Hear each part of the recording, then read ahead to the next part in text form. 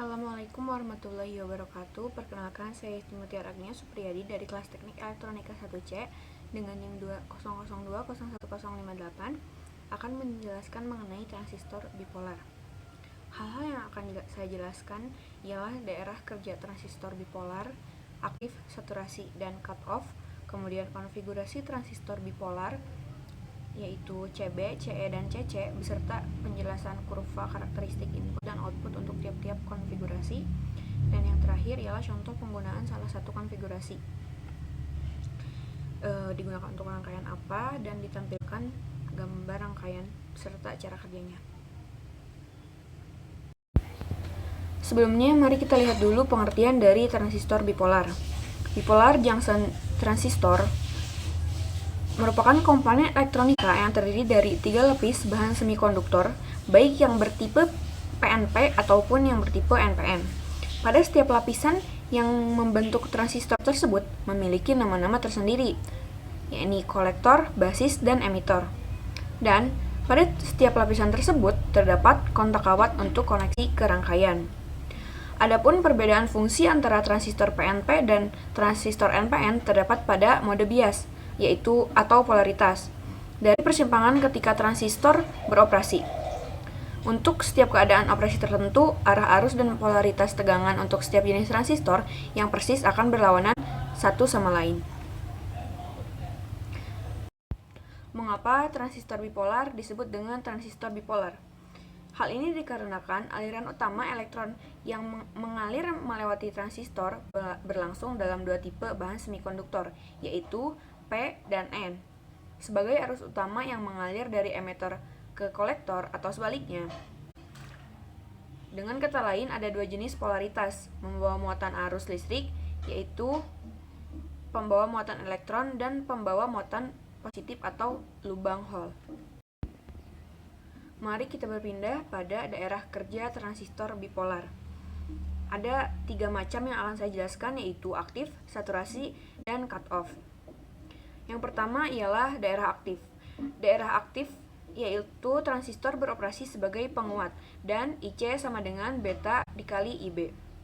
Daerah kerja transistor yang normal adalah pada daerah aktif, yaitu ketika arus IC konstan terhadap berapapun nilai VCE. Dari kurva ini diperlihatkan bahwa arus IC hanya tergantung dari besar arus IB. Karena kerja ini biasa juga disebut daerah linear. Selanjutnya ada saturasi atau saturation. Saturation yakni transistor dalam keadaan fully on. IC sama dengan I dalam kurung saturation. Daerah saturasi adalah mulai dari VCE sama dengan 0 volt sampai kira-kira 0,7 volt. Transistor silikon. Ini diakibatkan oleh efek PN junction kolektor basis yang membutuhkan tegangan yang cukup agar mampu mengalirkan elektron sama seperti dioda. Yang terakhir ialah cut-off.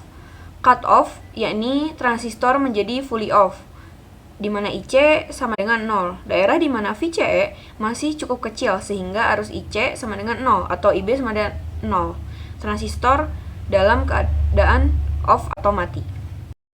Berikut tabel serta karakteristik daerah kerja transistor dalam bentuk kurva untuk memperjelas penjelasan yang sudah saya jelaskan di atas.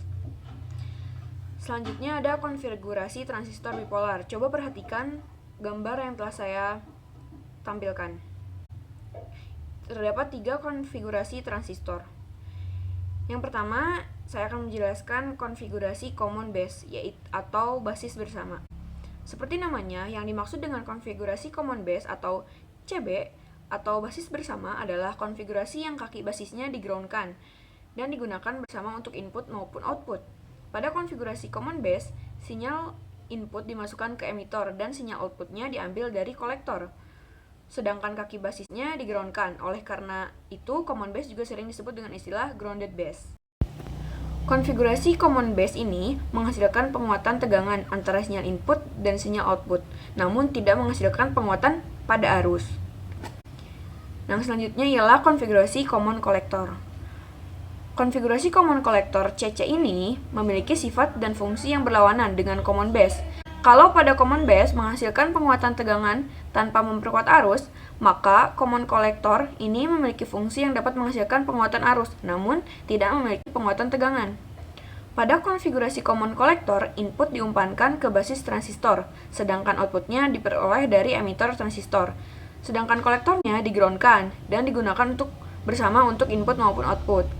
Konfigurasi kolektor bersama atau CC ini sering disebut juga pengikut emitter atau emitter follower, karena tegangan sinyal output pada emitter hampir sama dengan tegangan input basis. Yang terakhir ialah konfigurasi common emitter atau emitter bersama. Konfigurasi common emitter CE atau emitter bersama merupakan konfigurasi transistor yang paling sering digunakan, terutama pada penguat yang membutuhkan penguatan tegangan dan arus secara bersamaan. Hal ini dikarenakan konfigurasi transistor dengan common emitter ini menghasilkan penguatan tegangan dan arus antara sinyal input dan sinyal output. Common emitter adalah konfigurasi transistor di mana kaki emitter transistor digroundkan dan dipergunakan bersama untuk input dan output. Pada konfigurasi common emitter ini, sinyal input dimasukkan ke basis dan sinyal outputnya diperoleh dari kaki kolektor. Yang selanjutnya ada contoh penggunaan konfigurasi common emitter sebagai amplifier. Coba perhatikan gambar berikut ini. Rangkaian pada gambar di atas disebut juga rangkaian konfigurasi common emitter karena kedua sinyal sumber dan beban menjadikan emitter sebagai titik atau terminal koneksi common. Cara kerja dari rangkaian di atas sebagai berikut. Transistor dalam mode jenuh karena arus dari sel surya. Pada saat sebelum itu, transistor menjadi dalam mode aktif, sehingga jumlah arus kolektor dapat dikontrol sesuai dengan jumlah arus basis pada sumber sinyal input. Kita harus tahu bahwa kecerahan lampu pada sirkuit dikontrol oleh paparan cahaya sel surya. Ketika hanya ada sedikit cahaya yang jatuh pada sel surya, maka cahaya lampu akan samar-samar atau redup. Begitu juga sebaliknya. Misalkan, kita tertarik untuk menggunakan sel surya sebagai instrumen intensitas cahaya.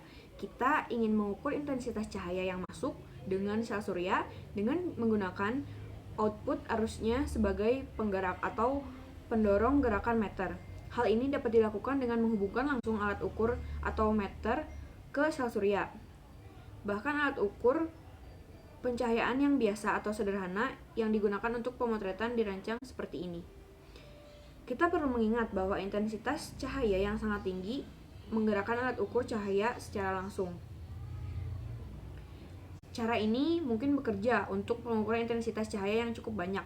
Namun untuk intensitas cahaya yang rendah, pengukuran dengan cara seperti ini tidak akan bekerja dengan baik.